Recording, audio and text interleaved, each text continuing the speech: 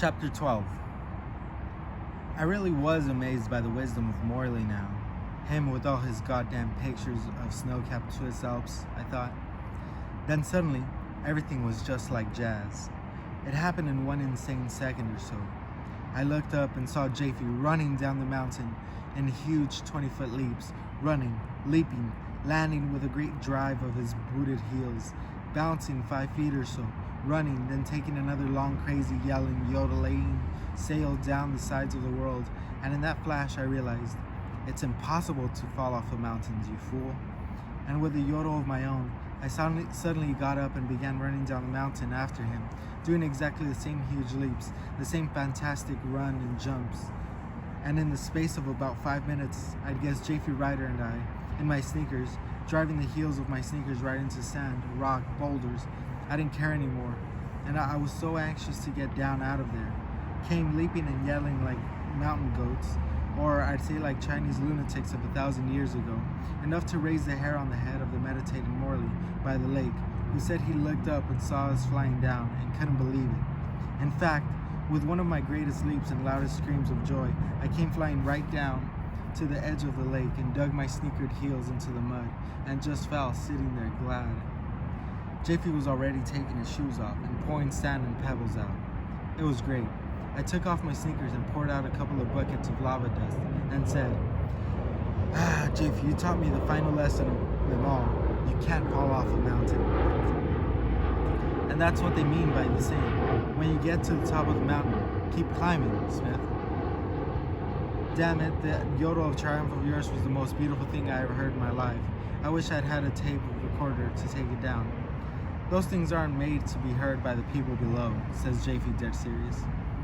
By God, you're right. All those sedentary bums sitting around on pillows hearing the cry of a triumphant mountain smasher, they don't deserve it.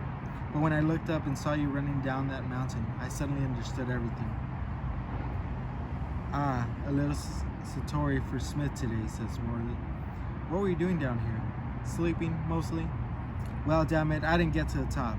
Now I'm ashamed of myself because now that I know how to come down a mountain, I know how to go up and that I can't fall off. But now it's too late.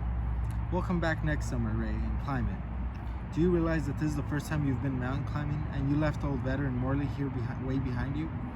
Sure, said Morley. Do you think Jaffe, they would assign Smith the title of Tiger for what he'd done today? Oh, sure, says Jaffe, and I really felt proud. I was a tiger.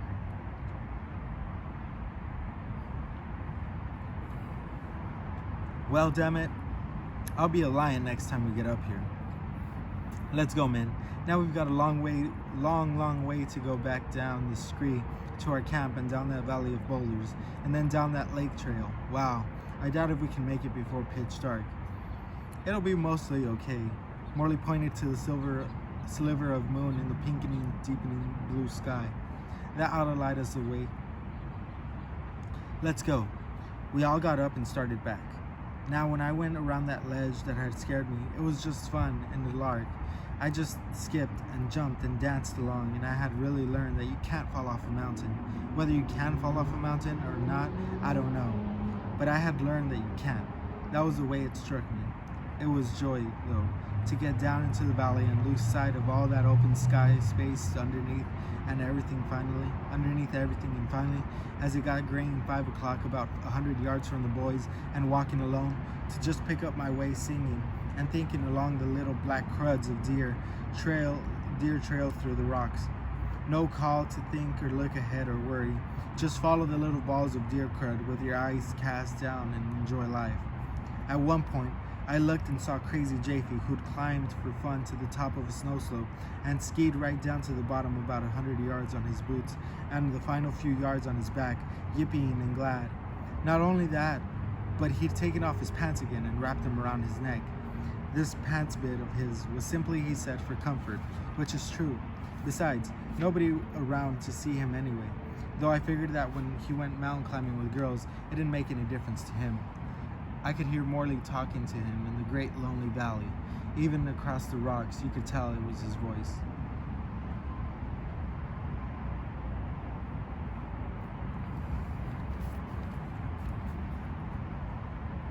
Finally, I followed my deer trail so assiduously, I was by myself going along ridges and down across creek bottoms, completely out of sight of them, though I could hear them, but I trusted the instinct of my sweet little millennial deer, and sure enough, just as it was getting dark, their ancient trail took me right to the edges of the familiar shallow creek, where they stopped to drink for the last 5,000 years. And there was the glow of Jafe's bonfire, making the side of the big rock orange and gay. The moon was bright high in the sky. Well, that moon's gonna save our ass. We got 8 miles to go down trail, boys. We ate a little and drank a lot of tea,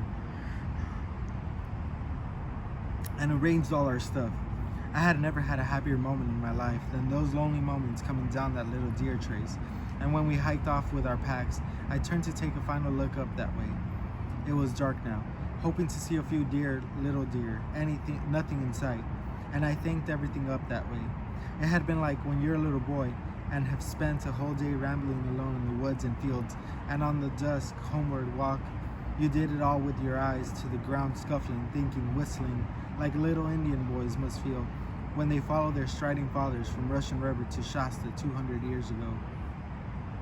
Like little Arab boys following their fathers' trails, that sing-song little joyful solitude, no sniffling, like a little girl pulling her little brother home on the sled, and they're both singing little ditties of their imagination, and making faces at the ground, and just being themselves before they have to go in the kitchen and put on a straight face again for the world of seriousness. Yet what could be more serious than to follow a deer trace to get your water, I thought. We got to the cliff and started down the 5-mile valley of boulders, in clear moonlight now. It was quite easy to dance down from boulder to boulder. The boulders were snow white, with patches of deep black shadow. Everything was cleanly, whitely beautiful in the moonlight. Sometimes you could see the silver flash of the creek, far down where the pines of the meadow park and the pool of the pond.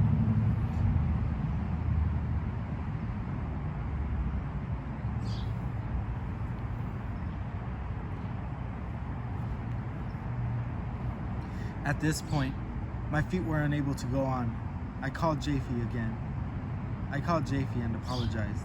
I couldn't take any more jumps. There were blisters not only on the bottoms, but on the sides of my feet, from there having been no protection all yesterday and today. So Jaffe swapped and let me wear his boots. With these big, lightweight protective boots on, I knew I could go on fine. It was a great new feeling to be able to jump from rock to rock without having to feel the pain through the thin sneakers. On the other hand, for Jaffe, it was also a relief to be suddenly light-footed, and he enjoyed it. We made double time down the valley, but every step was getting us bent now. We were all really tired. With the heavy packs, it was difficult to control those thigh muscles that you needed to go down a mountain, which is sometimes harder than going up. And there were all those boulders to surmount, for sometimes we'd be walking in sand a while, and our path would be blocked by boulders, and we had to climb them and jump from one to the other. Then suddenly, no more boulders, and we had to jump down to the sand. Then we'd be trapped in impassable thickets and had to go around them or try to crash through, and sometimes I'd get stuck in a thicket with my rucksack, standing there cursing in impossible moonlight. None of us were talking. I was angry too, because Jaffe and Morley were afraid to stop and rest. They said it was dangerous at this point to stop. What's the difference? The moon's shining. We can even sleep. No, we've got to get down to that car tonight. Well, let's stop a minute here. My legs can't take it. Okay, only a minute.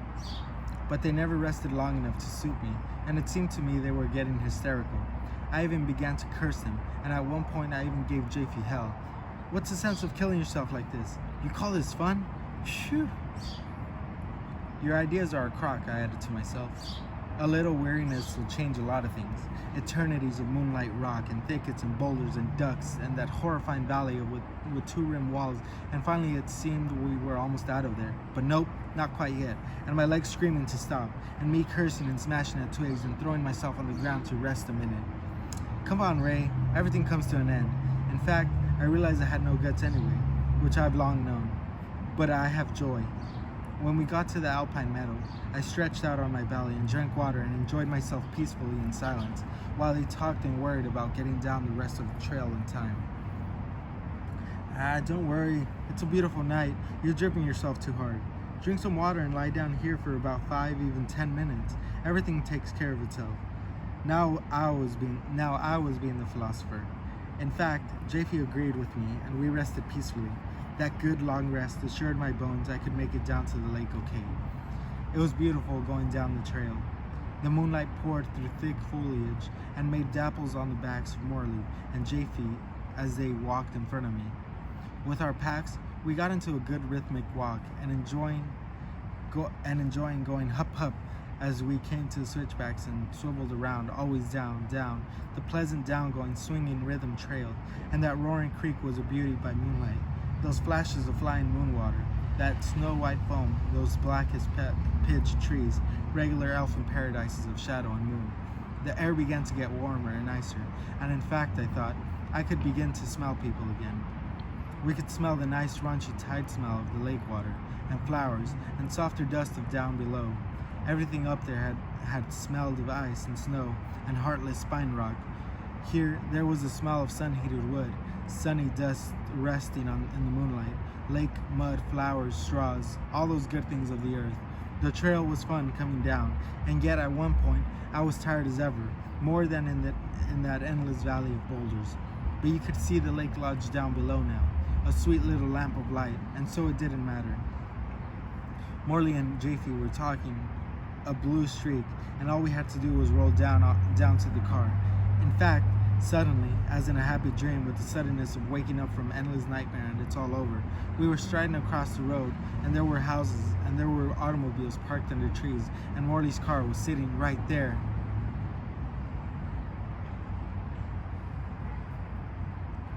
From what I can tell by feeling it was there, said Morley, leaning on the car as we slung our packs to the ground.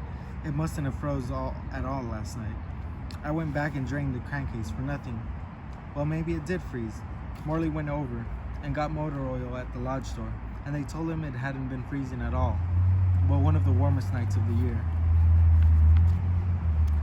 All that mad trouble for nothing, I said. But we didn't care. We were famished. I said, let's go to Bridgeport and go in one of those lunch carts there, boy, and eat hamburger and potatoes and hot coffee. We drove down the lakeside dirt road in the moonlight, stopped at the inn where Morley returned the blankets, and drove on into the little town and parked on the highway. Poor JP. It was here finally I found out his Achilles heel. This little tough guy who wasn't afraid of anything and could ramble around mountains for weeks alone and run down mountains was afraid of going into a restaurant because the people in it were too well dressed. Morley and I laughed and said, "What's the difference? We'll just go in and eat." But JP thought the place I chose looked too bourgeois and insisted on going to a more working man-looking restaurant across the highway. We went in there, and it was a desultory place with lazy waitresses, letting us sit there 5 minutes without even bringing a menu. I got mad and said, "Let's go to that other place. What are you afraid of, JP? What's the difference? You may know all about mountains, but I know about where to eat." In fact, we got a little miffed at each other, and I felt bad. But he came to the other place, which was the better restaurant of the two, with the bar on one side, many hunters drinking in the dim cocktail lounge light, and the restaurant itself a long counter, and a lot of tables, with whole gay families eating from a very considerable selection.